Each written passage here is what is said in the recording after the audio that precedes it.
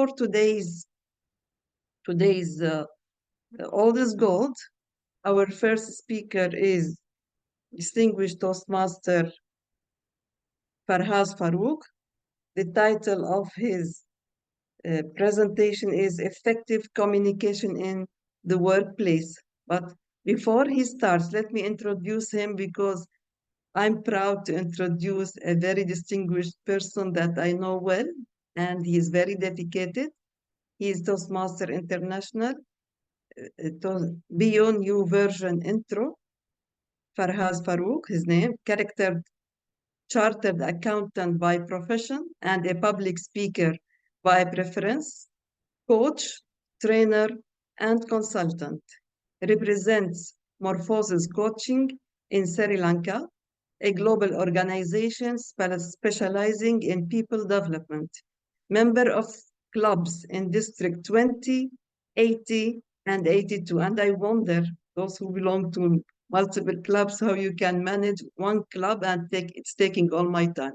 So all the best for everyone who joins more than one club. He is the recent offices served, immediate past president of Pinnacle Advanced Toastmasters Club in Sri Lanka, past president of Bahrain Advanced Toastmasters Club in Bahrain, and has served in many clubs in all ExCom roles. MashaAllah, that's amazing. He has also served in area and division leadership roles. Speech contest winner in all categories up to district level. Enjoys being a mentor or coach for aspiring public speakers. His aim in life is to leave behind useful knowledge that could benefit humanity and himself for eternity. Oh, what an amazing aim in life. We wish you all the best. And with your presentation titled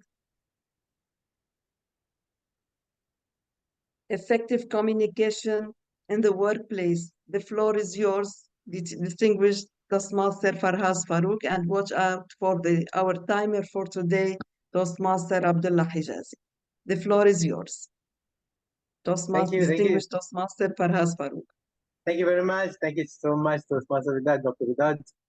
Great to be back at Bahrain Advanced Toastmasters once again, ladies and gentlemen, and into this Old is Gold series, something that I used to really enjoy and look forward to when I used to be in Bahrain and part of the initial planning of this club. Anyway, to get to the point, I'm going to talk about a very important topic that impacts almost all of us, whether we be working for someone else or whether we be in the process of actually having our own business and we have other people working for us. Regardless of the scenario, communication in that particular workplace is an important element, as we all know. Now, talking about communication in the workplace can be as simplistic as we want, or we can actually get to nitty-gritties and talk about very specific skills, very specific factors that we need to look at. And the purpose of today's presentation is for me to put forward about 12 different factors in 15 minutes. I promise you, I won't go through in detail for all of them. I will pick on one or two of them for me to discuss a little bit in detail, but I would like to leave with you this kind of template or framework for you to think about when you think about communicating effectively in the workplace. Now, first and foremost, what's the very first one that I would like to talk about?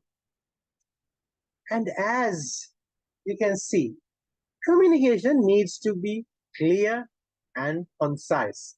Can I get a confirmation from our Toastmaster of the day, Dr. Vidad, that you can see me in the corner and the presentation in the up here as well? Good, good, good. Thank you so much. Because all I can see is just a black screen, so I was a bit worried. Anyway, okay. So communication needs to be clear and concise as this glass. Why? Lots of issues in communication, whether it be in the workplace, outside the workplace, at home, or indeed in the world, lots of problems with communication comes up because the communication was either not clear or it was not concise, meaning brief. It was complex, complicated, and therefore people get confused. We need to avoid complexity, complication, and confusion by being clear and concise. This is one of the key elements that we need to keep in our mind at the outset. So that's point number one, and that's reasonably straightforward to understand, but a bit challenging to apply. We need to work on being clear and concise. So I'll be clear and concise and move to number two. Number two, point number two is something that I always like to talk about and tell everybody. There is a reason we have 2 ears and 1 mouth. We need to listen more than we speak. Listen. Listen to what is being said. Listen to what is being told. Listen to what is being asked. Listen to the advice that is given. Listen to instructions that is given. Listen to the phone call. Listen to your team. We need to learn to listen. And listening, I cannot emphasize on this skill more. This is the key. This is very crucial. We have to become better listeners. And of course, as Toastmasters, we all know we have lots of opportunity to learn the art of listening. Are we taking these skills out of our Toastmasters club and into the real world, into our workplaces, into our homes, into our lives? That's a question I want to just leave with you. If we are doing it, good. If we are not doing it, we will have to do better. So that's skill number two. And skill number three, very crucial for us to pick the right medium, the correct medium.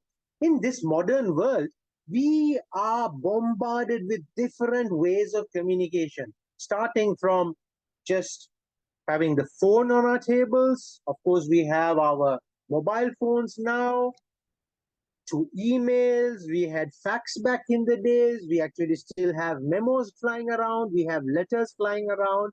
We do have meetings, face-to-face meetings, online meetings, and we have reports that we send out. But the point is, a particular message has to be communicated in the right medium.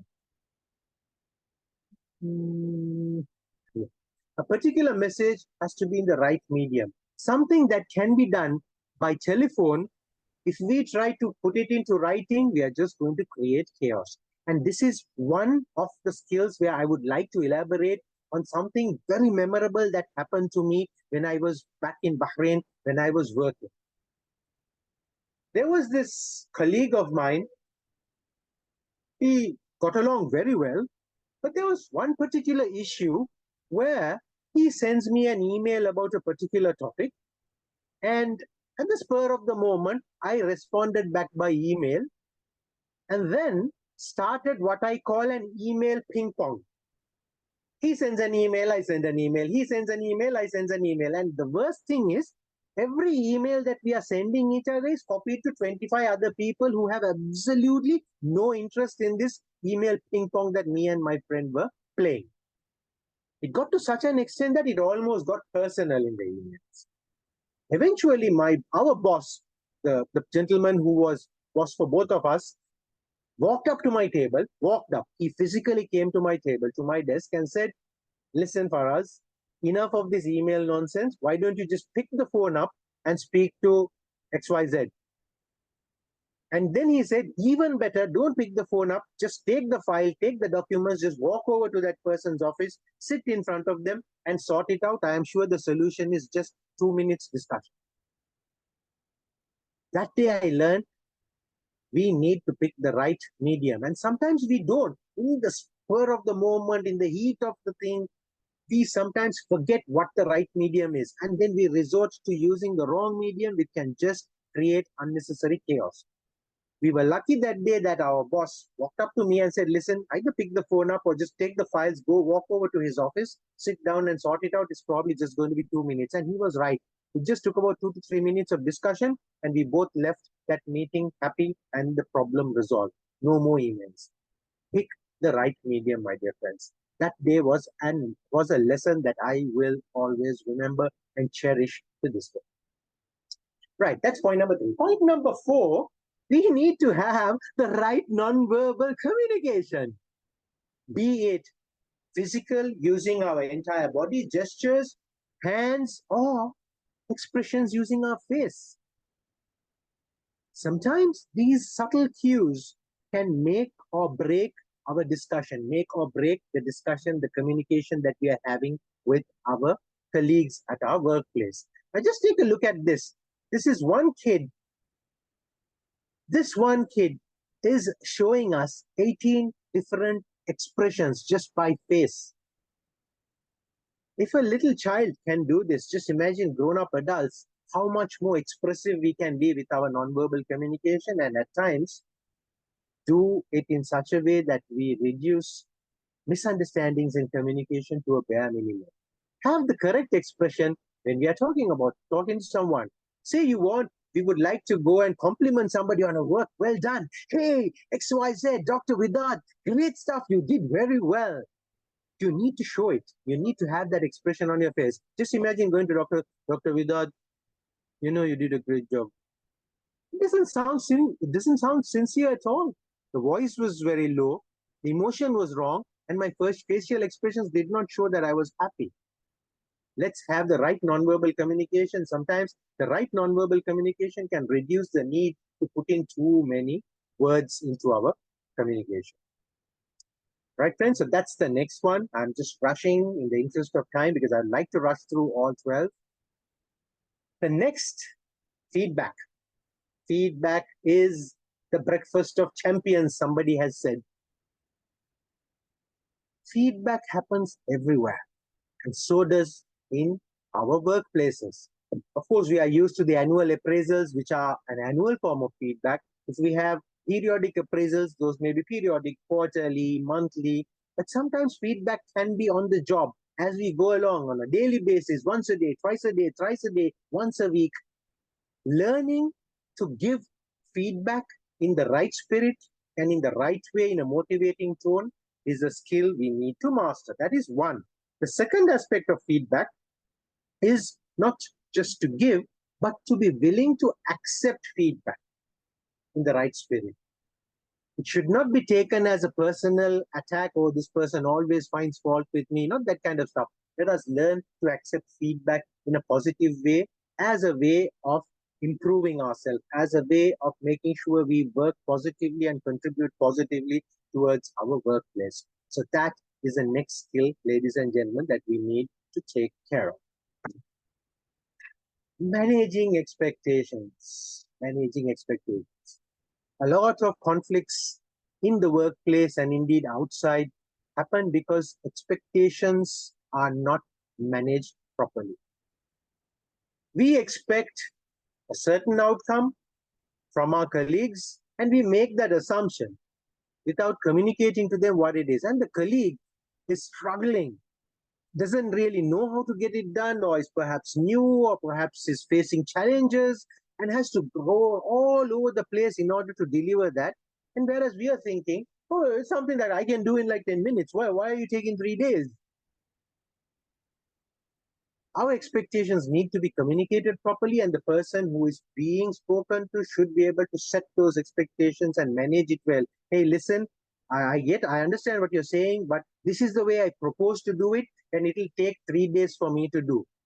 Then expectation is managed. I was thinking he can do it in 10 minutes, but the reality is he confesses he can do it only in 3 days. That's managing expectations. And one of the key components of managing expectations is to have open and honest communication, speak to people and tell them this is what it is, this is all we can really do.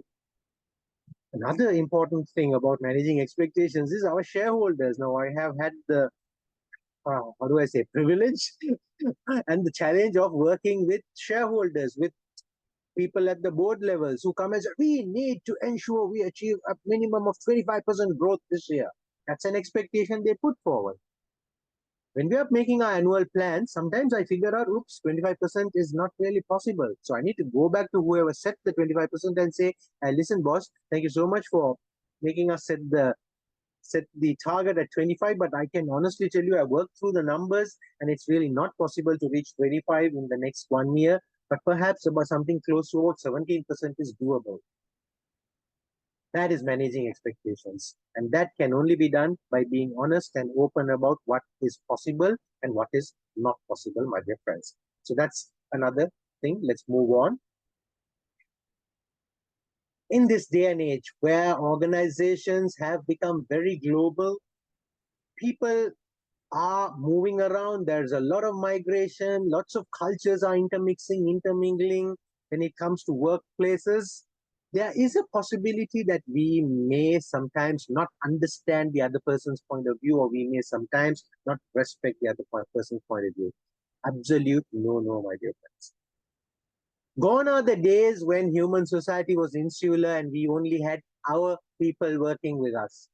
We now have a much more, even in a country like Sri Lanka, I mean, we are going through an economic crisis. Our organizations are struggling, but you'll be amazed at the number of expatriates working here in Sri Lanka. Yes, my dear friends.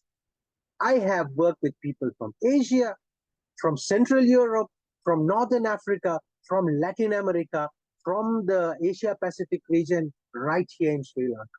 And I was shocked. Even in a place like this, do we have expats? Yes, we have. So just imagine in the much more prosperous parts of the world.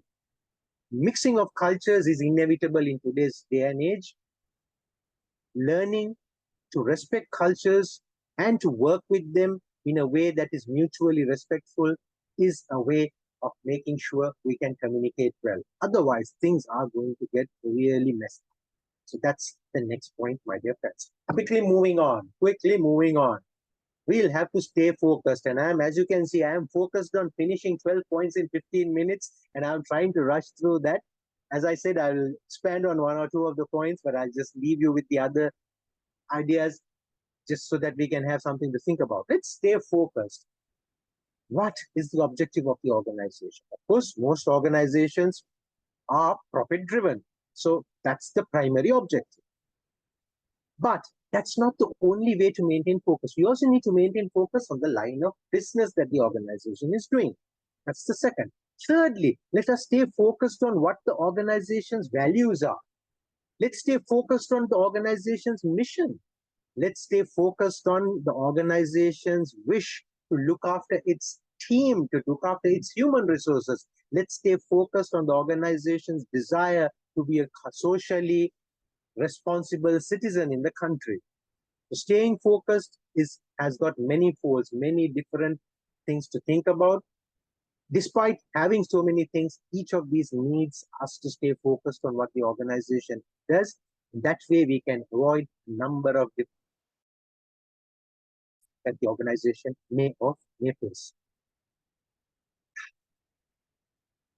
New world, new order, openness is encouraged. Gone are the days where hierarchy meant something. When the boss says something, everybody else has to shut up and listen. When the boss says something, that is the rule of law. Those days are all gone. In fact, today, this very morning, I went and to do a training session at a client of mine, which is a young organization.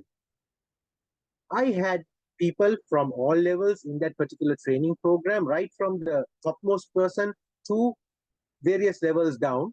And I was astonished. All of them were wearing t-shirts and denims and sports shoes. They had their t-shirts tucked out, not tucked in, all out. And when the junior most person was speaking, the topmost person was actually listening. And to me, this was like a breath of fresh air. The organization obviously encourages a lot of openness in the way they conduct business, and every single person in that room felt important, felt needed, felt motivated, and so therefore they felt they were committed to the organization's success. Encourage openness, my dear friends. You will see wonders in the way it turns out. Empathy, the next thing. Let's keep our minds on what other people are going through, what they are thinking about. Absolutely important. The next important skill is to follow up. The worst thing we can do, my dear friends, is to talk about something to let people have some work, or tell them to deliver something and not follow up. There's two problems with this. One is if we don't follow up, things can fall through the cracks. But the more problematic and the dangerous thing that can come out of not following up is staff may feel that they are not being valued. What they can do is not being valued. So please, my dear friends, always follow up. And following up is not difficult these days. With our telephones, with our diaries, there's lots of ways in which we can be reminded to follow up. Even our emails, there are a lot of ways in which we can put reminders for us to follow up. And last but not least, whatever we do, let us commit to continuously improving, whether it be in the way we work, whether it be in our knowledge, or whether it be in the way we communicate.